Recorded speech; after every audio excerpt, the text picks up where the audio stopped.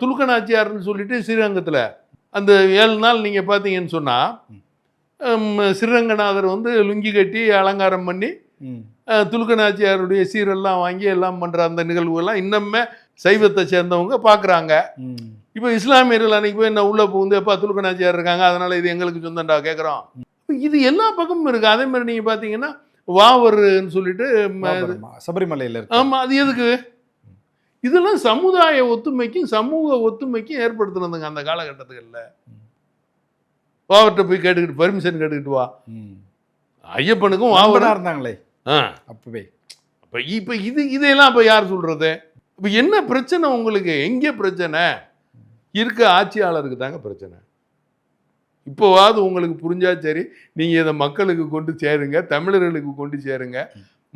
மாண்புமிகு மத்திய அரசு மோடிஜி அவர்கள் சிறந்த ஆட்சியாளராக எனக்கு படுறாரு. என் வயசில் நான் பார்த்த பிரைம் மினிஸ்டர்கள்லே ஒரு நல்ல பிரைம் மினிஸ்டர். எல்லா வகையிலையும் வந்து கம்பீரமாக உலக அரங்கில் வந்து இந்தியாவுக்கு ஒரு மதிப்பும் மரியாதையும் தந்திருக்காரு. அதே மாதிரி இளைஞர்கள் முன்னேறணுங்கிறதுல ரொம்ப தெளிவாக இருக்கார். கல்வி எல்லாருக்கும் சேரணும், சுகாதாரம் எல்லாருக்கும் சேரணும், எல்லாருக்கும் எல்லாம் கிடைக்கணும், இந்தியர்களாக நீங்கள் வாழணுங்கிறதுல அவர் ரொம்ப தெளிவாக இருக்கார்.